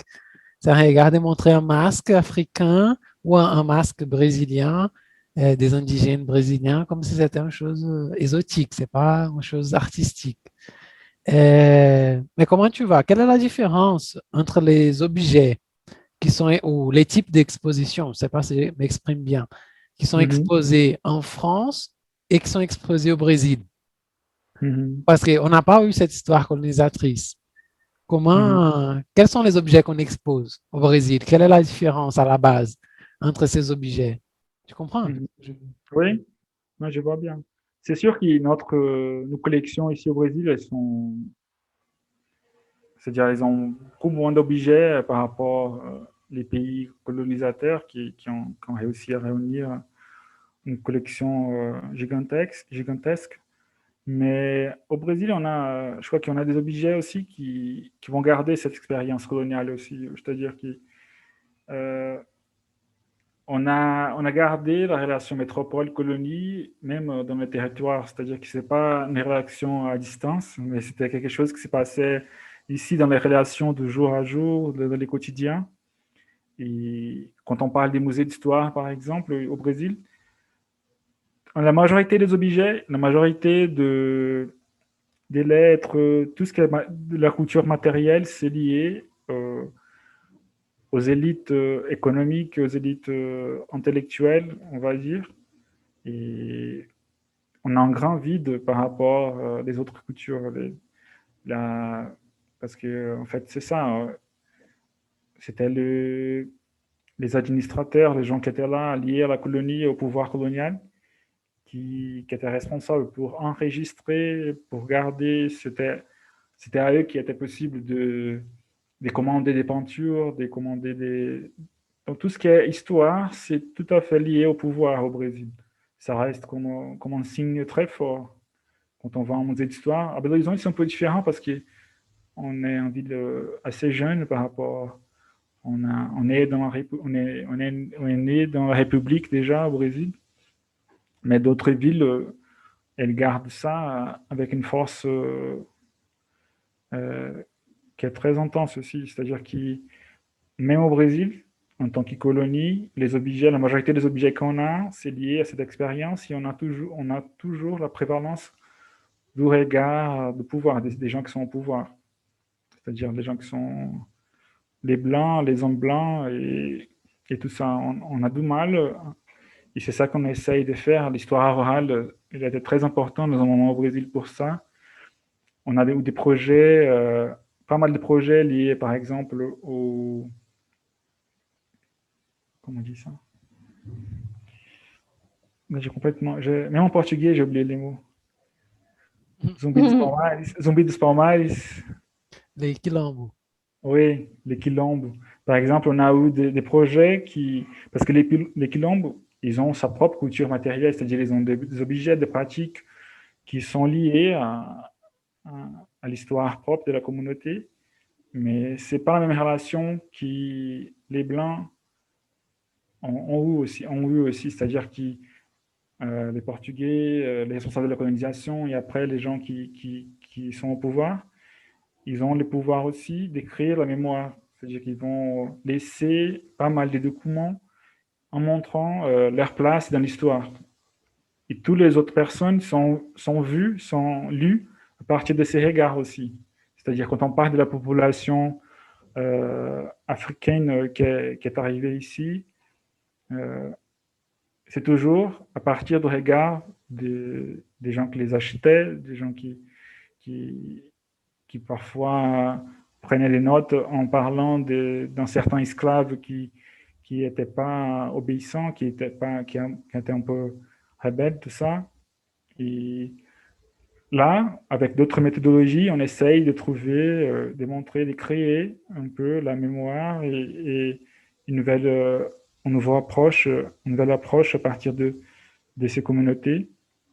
Et c'est un peu compliqué, en fait. C'est ça. C'est vers l'histoire orale avec Ousmane, vous avez parlé de ça, l'importance des griots, de l'histoire de cette tradition qui est passée de père à fils dans la culture orale. Et je crois que les historiens aujourd'hui ont pas mal on a réussi à trouver d'autres moyens de collecter des sources, de trouver d'autres types de collections possibles. C'est-à-dire que ce n'est pas seulement les collections matérielles liées au pouvoir, au blanc, mais on arrive quand même à trouver d'autres sources qui apportent un nouveau regard, qui apportent une nouvelle relation avec les populations qui ont constitué le Brésil, en fait.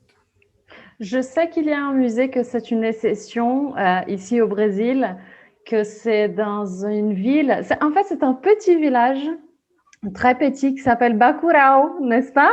Là-bas, il y a un musée, un bon musée en fait, un symbole. Ouais. C'est ça.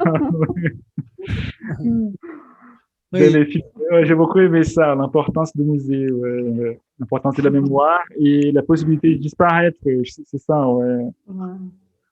Parfois, les musées d'histoire, elle est là pour ça aussi, pour permettre qu'on ne va pas disparaître, qu'on ne soit pas disparu dans le monde. Je crois que dans une logique liée au argent, à l'argent, au marché et tout ça, on peut facilement faire disparaître une communauté. Et on fait ça quand on va construire des barrages pour la minération ou pour les usines d'énergie. On a pas mal de villes qui ont disparu, complètement disparu. Et c'est assez violent, ça aussi. Oui. Ouais. Il y a beaucoup. Alors c'est ça, je crois que les musées, l'importance des musées, elle est très, très forte dans les films parce qu'ils montrent ça. Là. Les musées, ils permettent de garder. Et dans les films, là, je crois que c'est un spoil pour les gens qui n'ont pas encore vu, mais les musées, il va avoir en place pratique de tournage de l'histoire aussi. Ça a tourné à partir de la collection du musée. C'est-à-dire que les collections sont aussi importantes au présent, pas seulement pour voir le passé. Ouais. Oui, bon, je vais faire un commentaire. Bon, c'est pas exactement une question, mais un commentaire. Quand j'ai lu Krenak, en fait, Ailton Krenak, n'est-ce pas, que c'était ma première indication, n'est-ce pas, au podcast, j'ai commencé tout ce que je pensais dans ma vie, j'ai commencé à remettre en question, en fait. Et quelquefois, je sais que je dois aller avec calme, n'est-ce pas? Je sais que je dois avoir du calme, mais quelquefois aussi, ça me fait penser que, par exemple, à Bacurau, l'existence du musée, c'est pas un musée en fait c'est un musée c'est un espace de mémoire et aussi d'affection et aussi il y a en fait un pourquoi, n'est-ce pas? Mais quelquefois ça me fait penser à, par exemple, la relation, l'envie de garder, quelquefois, ça n'a pas de sens pour les personnes qui vivent. Ouais? Donc, c'est une idée très, je sais pas, occidentale et aussi capitaliste, et aussi du marché. Et aussi, tu vois, parce que, bon, on peut voir ça après, quand on va entendre toute la conversation là, on va voir quels sont les. Mais je crois que ça, c'est une question très importante. C'est très. Ça indique un peu les rôles des musées, l'importance des musées. Et moi, en tant que médiateur, en tant qu'éducateur dans un musée, moi, j'ai cette approche, cette côté citoyen que j'ai vu en France, ça, c'est très important pour moi. C'est-à-dire que dans tous les musées où j'ai bossé, j'ai cette approche. Je commence la visite en disant, vous êtes dans un espace public, cet espace vous appartient.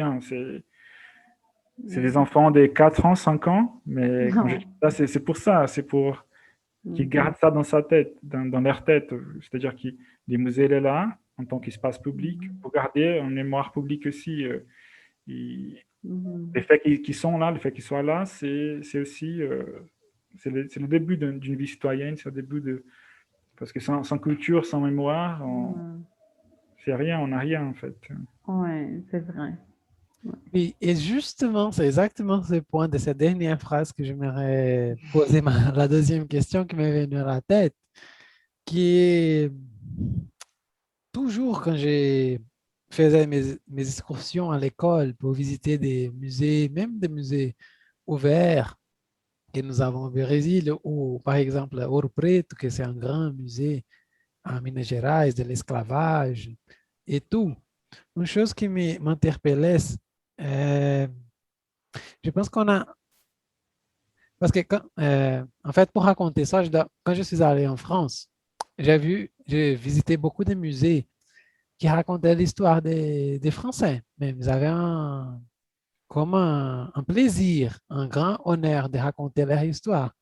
Donc, ils vont montrer même les vêtements qu'ils portaient à l'époque des Moyen Âge et les blasons que l'aristocratie utilisait, même s'ils ont fait des choses terribles pour l'humanité, ils ont un grand honneur de montrer tout ça. Mais quand on va dans des musées qui vont parler d'esclavage ici au Brésil, c'est comme si on avait honte de montrer qu'on est un pays construit à partir de l'esclavage.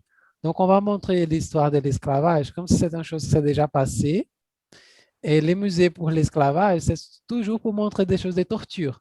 Et ça, c'était bizarre. J'ai visité la place, j'ai oublié le nom, comment on disait, la place où on laissait les esclaves dans la maison, avec beaucoup d'ustensiles utilisés pour les mutiler, des choses comme ça, mais il n'a pas la partie jolie de cette culture qu'on a volée pour le Brésil.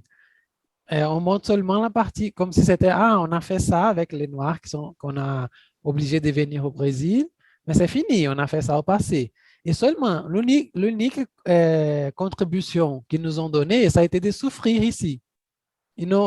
L'unique contribution des Noirs, ça a été de souffrir au Brésil. Ils n'ont fait rien que souffrir. Ils n'ont produit rien au-delà de travailler et souffrir. Il n'y a pas un musée avec les œuvres d'art qu'ils ont produites pendant qu'ils étaient ici au Brésil, esclavagés, avec les œuvres religieuses qu'ils ont produites pendant qu'ils étaient esclavagés ici, avec les vêtements qu'ils portaient. Ces choses me manquent beaucoup de voir au Brésil, de raconter vraiment notre histoire. Tu vois? Oui. Je vois pas bien. C'est une question, mais voilà. Ouais, non, mais pour moi, c'est sûr que c'est une. Parce qu'en fait, au Brésil, on a une certaine tradition de. Là, c'est dans la culture courante, c'est-à-dire qu'on va essayer d'oublier un peu la partie qui est liée au conflit, c'est-à-dire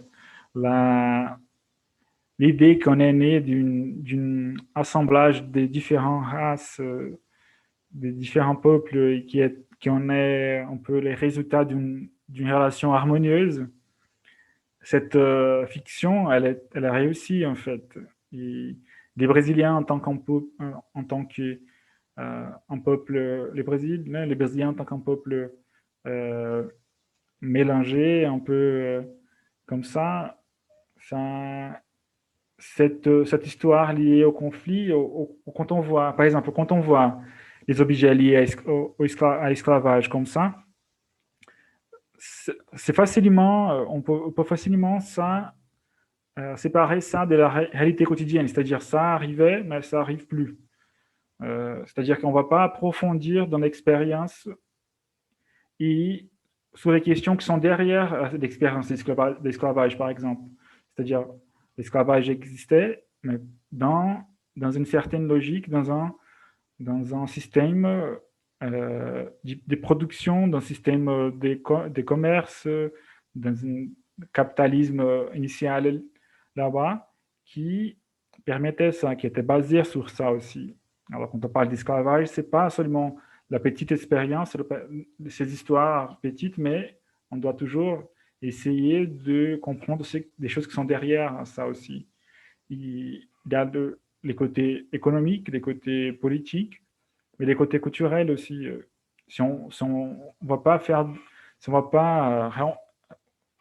on n'arrive pas à faire des enquêtes, des recherches sur l'héritage, sur les partages, sur des différentes combinaisons entre la culture des peuples originaires et des Africains et des Portugais qui ont vécu ici, on ne va pas arriver à vraiment comprendre les Brésiliens. On a pas mal d'historiens, d'anthropologues qui ont essayé de démontrer des nouveaux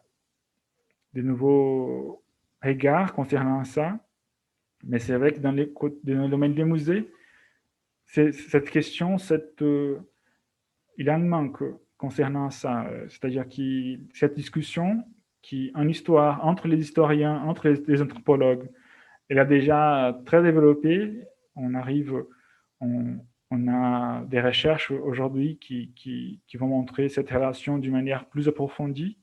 Les musées, comme tu disais, je crois qu'ils n'arrivent pas, c'est-à-dire qu'ils ne sont pas encore capables de promouvoir des expériences qui permettent au public de comprendre cette complexité. Et c'est ça le défi, en fait.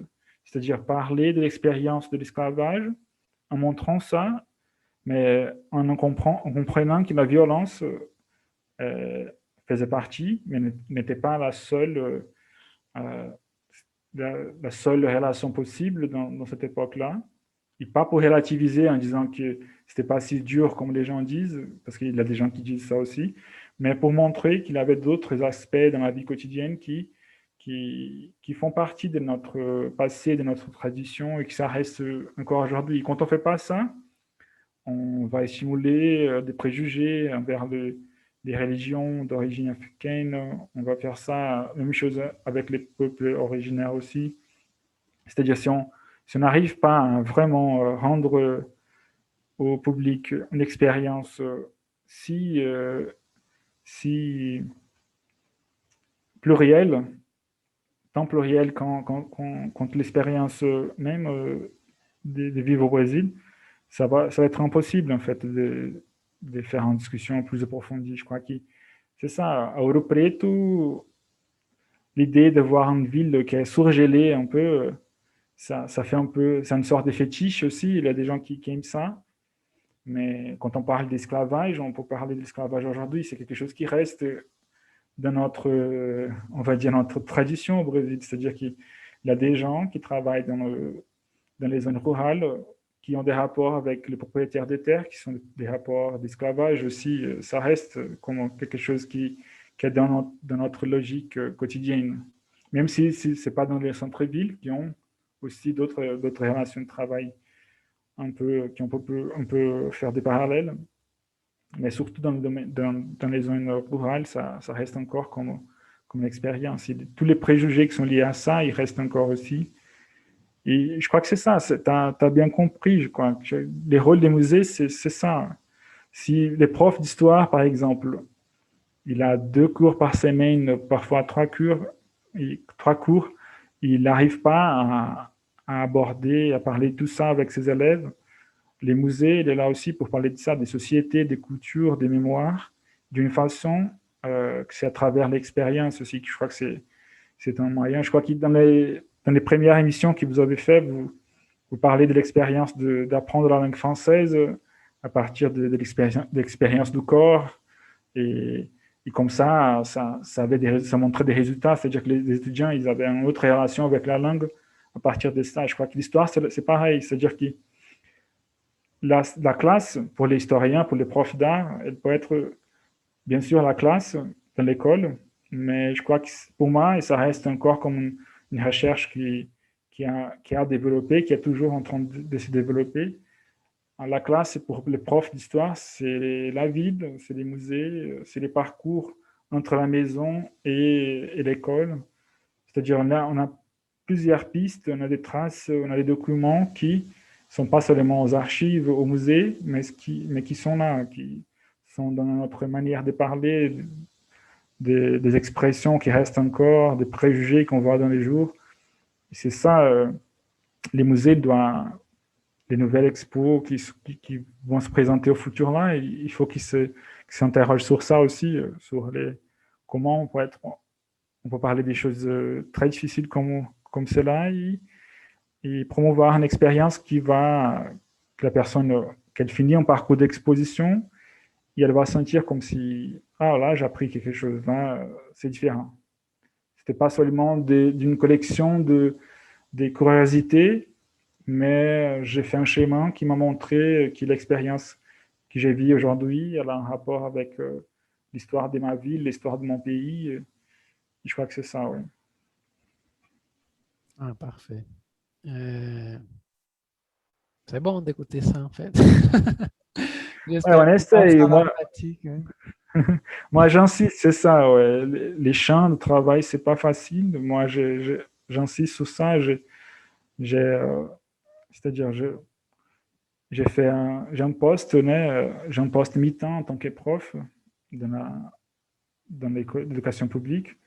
Mais après, l'autre partie, l'autre mi-temps, j'essaye de faire des projets, j'essaye de travailler dans ce domaine parce que je crois que c'est ça, c'est très utile, les rapports entre les musées et l'école, les rapports entre les musées, la communauté, les quartiers, ça reste comme quelque chose qui a de la place pour développer. C'est-à-dire que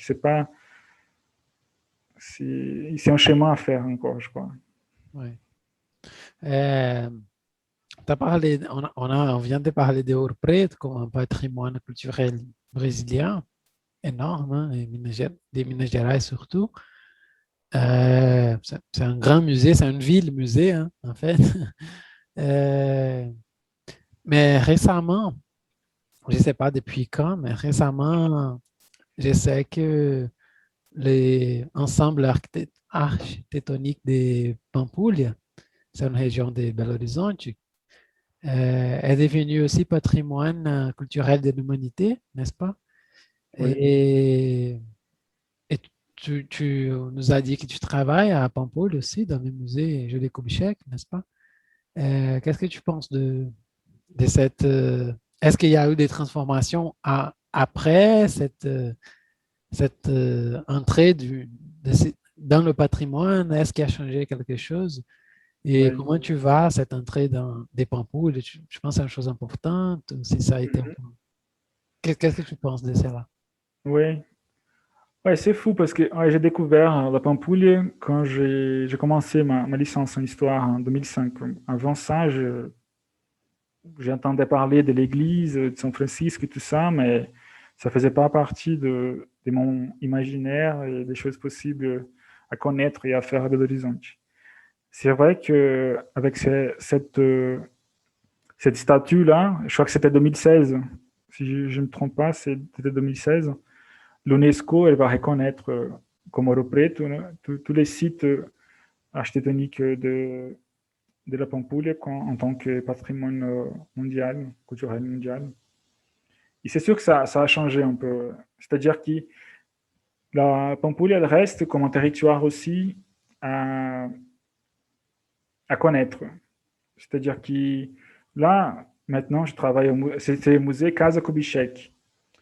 Le musée Casa Kubitschek, il ne fait pas partie de cet ensemble. C'est-à-dire qu'on a l'église, l'ancien cassino, qui aujourd'hui c'est le musée, on a le Yacht Club, la Casa do Baile.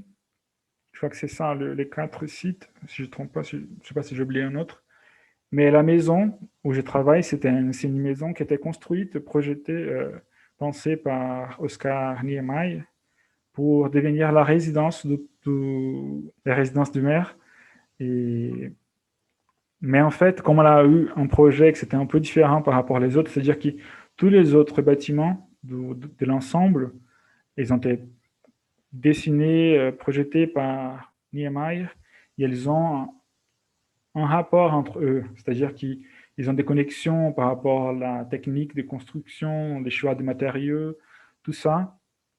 Et la maison, on n'a pas de documentation, on n'a pas d'enregistrement des constructions, on ne sait pas comment la maison a été construite. En fait, on s'interroge, même aujourd'hui, si c'était une reconstruction, c'est-à-dire que s'il avait une maison là-bas, il a fait juste un processus de renouvellement, ou si la maison était vraiment projetée et construite par lui.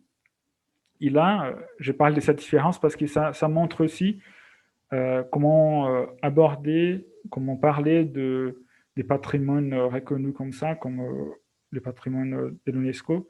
Ça peut empêcher aussi, ça peut devenir un peu plus compliqué pour les gens qui travaillent dans l'espace ou qui essayent de faire un peu de discussion. C'est-à-dire que normalement, quand on reçoit des statuts comme ça, l'ensemble il reste un peu plus surgelé, c'est-à-dire qu'il y a pas mal de restrictions par rapport le travail de renouvellement, il y a beaucoup de règles à suivre. Et il faut que les paysages culturels elles soient un peu surgelés même, c'est-à-dire qu'elle doit rester comme telle, comme elle était projetée en fait. Et nous, comme nous sommes au bord du lac aussi, mais on ne fait pas partie de l'ensemble, les musées décidaient d'avoir une mission différente, donc c'est une mission de réfléchir sur l'histoire de la Pampulha et réfléchir sur les différentes manières de vivre, habiter et avoir d'expérience avec une maison. C'est-à-dire qu'en partant du principe que la manière comment vivre, c'est pas naturel, c'est-à-dire que c'est quelque chose qui a été culturellement construite. Quelles sont les façons de vivre, comment les gens habitent au Brésil, et dans un côté, et après aussi comprendre comme la Pampulha était créée, si Belo Horizonte il y a plus de 100 ans et l'ensemble a été construit en 1943, qui étaient les gens qui vivaient là-bas entre-temps? C'est-à-dire que l'histoire de la Pampulha ne commence pas après l'ensemble architectonique, c'est-à-dire qu'il y a plusieurs histoires qui sont avant. Et après aussi, la région de la Pampulha, elle a l'université, mais il y a plusieurs quartiers. On a des quartiers plus pauvres, on a des occupations aussi faites par les gens qui n'ont pas des maisons. Il y a des projets sur ça aussi. Il y a des gens super riches qui habitent au bord du lac, mais il y a des quartiers pauvres aussi. On a Contagem em Ribeirão das Neves qui arrive presque là. Et c'est ça, je crois que les gens, les musées, les centres culturels qui font partir de l'ensemble qui est protégé, ça c'est très intéressant parce que c'est une reconnaissance internationale. Ça peut apporter des financements. Pour les tourismes aussi, c'est très intéressant parce que.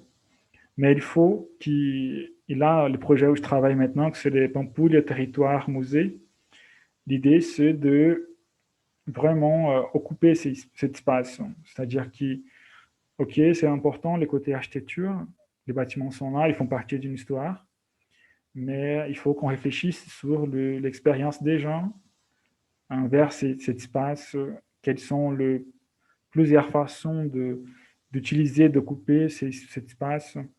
Et là, je suis très content parce que dans mon musée, dans les musées Casa Kubitschek, on est un peu plus libre pour s'interroger sur ça. C'est-à-dire que si les autres espaces, il faut avoir un narratif qui est très fortement lié à la mémoire d'Oscar Niemeyer et Juscelino Kubitschek en tant que politique et tout ce qu'il a fait dans le domaine de la politique culturelle. Nous, on peut s'interroger sur l'expérience des gens, sur l'expérience des quartiers anciens, et pas seulement dans l'histoire, mais aujourd'hui aussi, comment les gens de Belo Horizonte s'y relationnent, comment les gens occupent cet espace de la Pampelune, ce territoire vrai. Des territoires en tant que, pas seulement un territoire physique, mais quelque chose aussi qui fait partie de l'imaginaire, qui fait partie aussi des ambitions, des rêves et tout ça. Et là, je crois que c'est cool ça, parce que c'est des recherches qui sont encore à faire, le défi est un peu lancé, et on essaye, là maintenant avec notre équipe, de faire des recherches concernant les gens qui habitaient là-bas avant. Les lacs, c'est pas un lac naturel, c'est-à-dire qu'ils ont fait je ne sais pas si c'est les bons mots, mais de l'inondation, c'est-à-dire qu'il y avait il y avait des rivières qui arrivaient, et ils ont fait ça, ils ont fait d'une sorte ils ont fermé l'eau, et comme ça ils ont créé les lacs. Et avant le lac, il y avait des fermes, des zones rurales, des gens qui vivaient là-bas, et qui restent, c'est-à-dire que c'est une mémoire qui était sur l'eau maintenant. Il essaye de montrer que c'est important aussi, que ça fait partie, et qui est notre rapport avec l'architecture, notre rapport avec les façons de vivre et d'habiter, d'occuper les espaces. C'est pas quelque chose de naturel, il faut qu'on réfléchisse à ça aussi. Ça parle du corps, ça parle de la couture, même les choses qu'on trouve qui sont évidentes, la manière d'être assise, d'être à la table, toutes les choses qui sont des gestes du quotidien.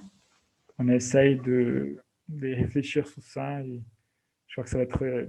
C'est un peu méconnu en fait, les musées. Je crois qu'il ne fait pas partie du circuit traditionnel de Belo Horizonte, mais j'ai l'espoir que à partir de l'année prochaine, parce que peut-être qu'on va ouvrir au public, même avec la pandémie là, mais je crois que surtout en 2022, on va pouvoir recevoir des visiteurs, et ça va être super intéressant. Ah, c'est super intéressant ce que tu viens de dire en fait, parce que la construction d'une métropole, d'une grande ville, en fait, c'est une violence après l'autre en fait, hein, parce que si on pense par exemple, je ne sais pas si vous avez déjà vu, mais les rivières ou fleuves, je ne sais pas, mais qui avaient ici à Belo Horizonte, n'est-ce pas, comme Arrudas, il y avait plusieurs autres. Donc, il y a l'avenue Prudente de Moraes, c'était une autre aussi. Donc, ils ont fait, il y a un moment spécifique, je ne sais pas qui, mais la personne importante, responsable pour la ville, elle a décidé de taper, en fait. Hein.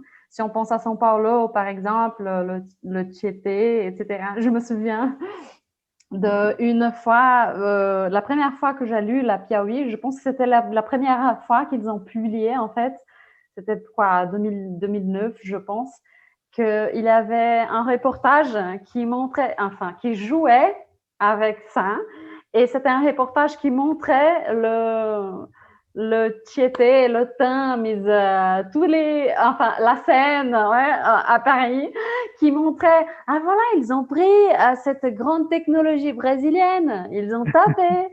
Et donc, quand j'ai vu ça, oh, c'est pas vrai, mais c'était quoi? Ils rigolaient en fait, c'était pas vrai, mais c'est super intéressant. Ouais, c'est fou parce que quand ils ont choisi Belo Horizonte pour devenir la nouvelle capitale de Minas, les choix du site, c'était basé surtout sur l'abondance de l'eau. C'est-à-dire qu'il y avait plein comme vous avez dit, les fleuves, les rivières un peu partout. Et après, notre expérience d'occupation, de vivre la ville, c'est toujours en cachant cette relation avec l'eau. C'est fou, ça. Ouais. C'est vrai que Belo Horizonte, elle pourrait être une ville encore plus belle si on avait une relation plus harmonique avec l'eau. C'est sûr, ça. Et après, on peut laisser ça, en fait. Quand on fait quelque chose comme ça, on va créer un barrage. C'est pas naturel non plus. Et c'est ça, hein, au bout de 20 ans, 30 ans, c'est très compliqué là-bas. Ça sent super mal et il n'y a pas une vie naturelle. C'est-à-dire les poissons qui sont là sont des poissons très résistants parce qu'ils n'ont pas besoin, pas besoin d'oxygène comme les autres. Et c'est pas Ouais. naturel, ça cache, ouais, ça. Ouais. Ouais. C'est En fait, sûr. l'eau est tout, n'est-ce pas? Enfin, l'écosystème, en fait, les arbres et tout ça, n'est-ce pas? Noël Rose, il est venu vivre à Belo Horizonte, n'est-ce pas? Parce que c'était une ville, enfin, qui avait c'était bien pour respirer, et c'était pour, enfin, Ouais. traiter la maladie, etc. C'était Mais une bon, ville-jardin, ouais. C'était la ville-jardin. oui, exactement. Et alors, Lucas, c'est bon. Malheureusement, on commence à arriver à la fin et je voudrais te demander s'il y a une question, enfin, qu'on n'a pas faite, ouais, et donc que tu veux répondre ou un commentaire. Ah oui, on n'a pas parlé de la thèse. C'était, je vais juste parler un peu parce que je crois que c'est un parcours intéressant. Je crois qu'il y a pas mal de gens qui vont entendre l'émission. Après, vont se demander quels sont les chemins possibles d'étudier en France. Et là, j'ai une bourse ici du Brésil. C'était un projet qui finançait des recherches à l'étranger à l'époque, c'était 2013. Et malheureusement, aujourd'hui, il existe, on va dire, je n'oserais pas dire qu'il n'existe plus, mais c'est moins fort, c'est quelque chose qui presque n'existe plus. Comment il Et s'appelle déjà? Je n'ai pas compris. c'est les doctorats pleins à l'étranger. Ah oui. C'est-à-dire que c'est un financement de la CAPES, c'est un doctorat plein à l'étranger, c'était un projet qui donnait des bourses aux chercheurs dans les domaines, on va dire, peu développés au Brésil. C'est-à-dire, dans le domaine de l'histoire, c'est compliqué, mais j'ai trouvé un schéma que c'était parler de l'histoire de l'art et des musées. C'est un domaine qui la CAPES considère un peu pas complètement développé au Brésil. Comme ça, j'ai réussi à avoir la bourse. Et je crois que c'est un schéma intéressant pour les gens aussi. Je crois qu'au bout d'un an en France, je voulais un peu changer mon sujet de thèse. C'est vrai que l'expérience des recherches, elle va amener à d'autres schémas. Mais c'est important aussi de faire ces choix, faire des projets comme ça aussi, essayer de trouver des moyens. Parce que ouais, je crois qu'au Brésil, on a une formation très forte dans la licence. Je crois qu'un chercheur brésilien, il peut facilement arriver dans un autre pays et être bien placé dans le domaine de côté intellectuel, professionnel et tout ça.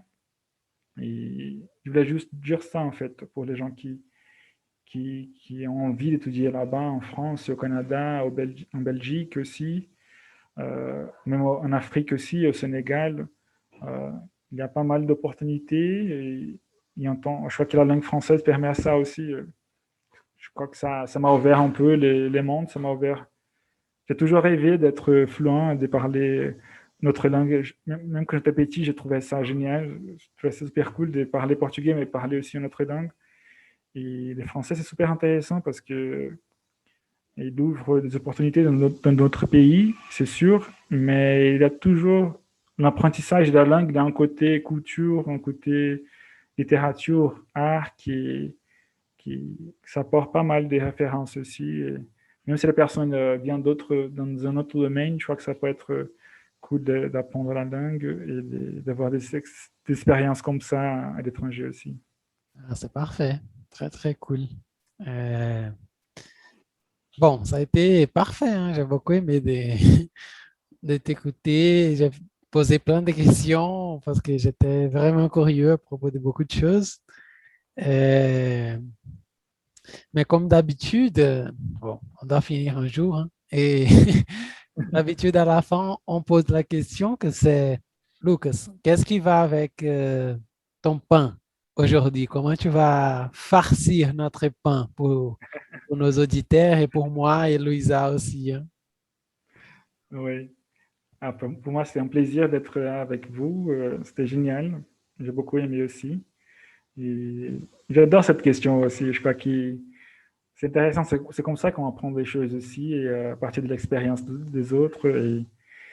Et moi, je crois que j'ai la recommandation, c'était peut-être visiter les musées ici à Belo Horizonte. On a plein de musées. Alors, surtout, connaître, pour les gens qui nous entendent là, connaître les projets Pampulha Territoire Musée, Pampulha Territoire Museus.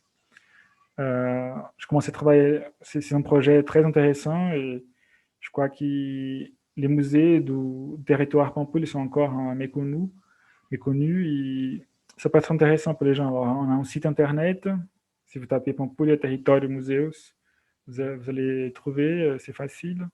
Et après, on a plein de... Parce qu'on n'a pas eu d'expérience avec le public directement, les musées sont fermés depuis des mois et on a essayé de faire toute une programmation avec des vidéos et des activités virtuelles en parlant un peu de l'histoire, mais aussi en faisant des activités pratiques ouvertes à tout public, c'est-à-dire que c'est cool pour les enfants et les adultes aussi. Et je crois que là, maintenant, on a pas mal de vidéos, on a pas mal de textes qui sont intéressants et ça c'est juste une provocation pour donner avis aux gens de nous visiter, de rendre visite dans les prochaines. Ou même cette année-là, si on va voir des conditions, si on fait toutes les précautions, si on met tous les équipements, et ça peut être possible aussi de nous visiter. Mais je crois que l'année prochaine, c'est sûr. Alors c'est ça, Pampulha Territoire Museus, je crois que ça vaut le coup de connaître. Oui, mais les personnes peuvent déjà profiter, n'est-ce pas, avec les vidéos. Et donc, j'ai vu déjà une vidéo et j'ai aimé, en fait, avec une autre historienne que j'aime bien, qui s'appelle Aline Lemos, n'est-ce pas? Elle est, en fait, dessinatrice. Et incroyable, je pense que tout le monde va aimer, en fait. Ouais, c'est cool. Bon, et pour ceux qui nous écoutent, si vous êtes francophile, pas brésilien, vous ne comprenez pas tous ces mots, Belo Horizonte, Pampulha, etc., ne vous inquiétez pas. Sur notre Instagram, @pãofrancês_podcast, vous pouvez voir, on va poster les informations de cette farce que Lucas nous a proposée. Cet épisode, on a parlé beaucoup de notre ville, que nous trois nous habitons au Brésil. J'ai beaucoup aimé en fait, ça a été un grand plaisir. Et bon, comme d'habitude, on aimerait vous écouter. Si vous avez n'importe quel commentaire, n'hésitez pas à nous envoyer un message sur Instagram ou aussi sur notre email, non, il n'y a pas arrobase dans l'email, mais sur notre email, pãofrancêspodcast@gmail.com ou sur notre Instagram aussi. Bon, merci beaucoup, Lucas, Luisa, mon ami, ma camarade, Lucas. Merci. Ciao, à la prochaine. À la prochaine. À la prochaine. À bientôt. Bonne journée. Bonne soirée. Et oui. Ciao. À la prochaine.